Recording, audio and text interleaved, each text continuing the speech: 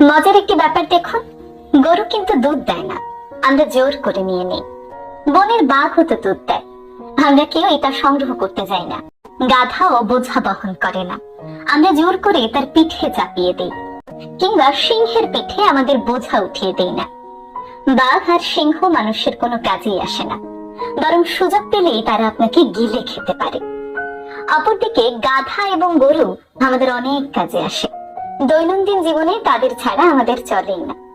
তবুও গরু এবং গাধাকে আমরা বোকা এবং অবহেলার পাত্র হিসেবে বিবেচনা করি।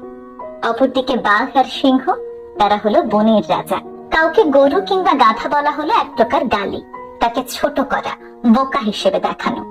অপরদিকে তাকে বাঘ কিংবা সিংহ বললে সে ভীষণ খুশি হয়ে যায়, সে নিজেকে অনেক বেশি শক্তিশালী মনে করে।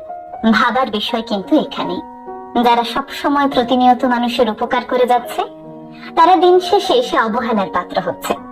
আর যারা কোনো উপকারই করছে না, হুঙ্কার দিয়ে যাচ্ছে, তারাই সত্যের প্রতীক হয়ে যাচ্ছে। তাই বারবার কারো উপকার করার পরেও যখন আপনি দেখবেন আপনাকে অবহেলা করা হচ্ছে, ছোট দেখানো হচ্ছে, তখন সেই জায়গা থেকে প্রস্থান করাই ভালো। কারণ সেই মানুষগুলো আপনার উপকারের কদর করতে জানে না।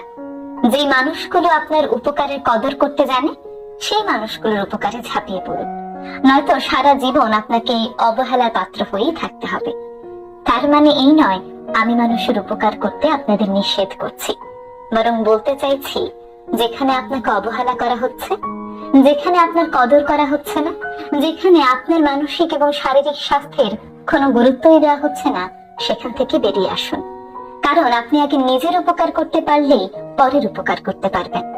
যেখানে নিজের উপকারই করতে পারছেন না, সেখানে পরের উপকার করে কখনোই কোনো ফল পাবেন না।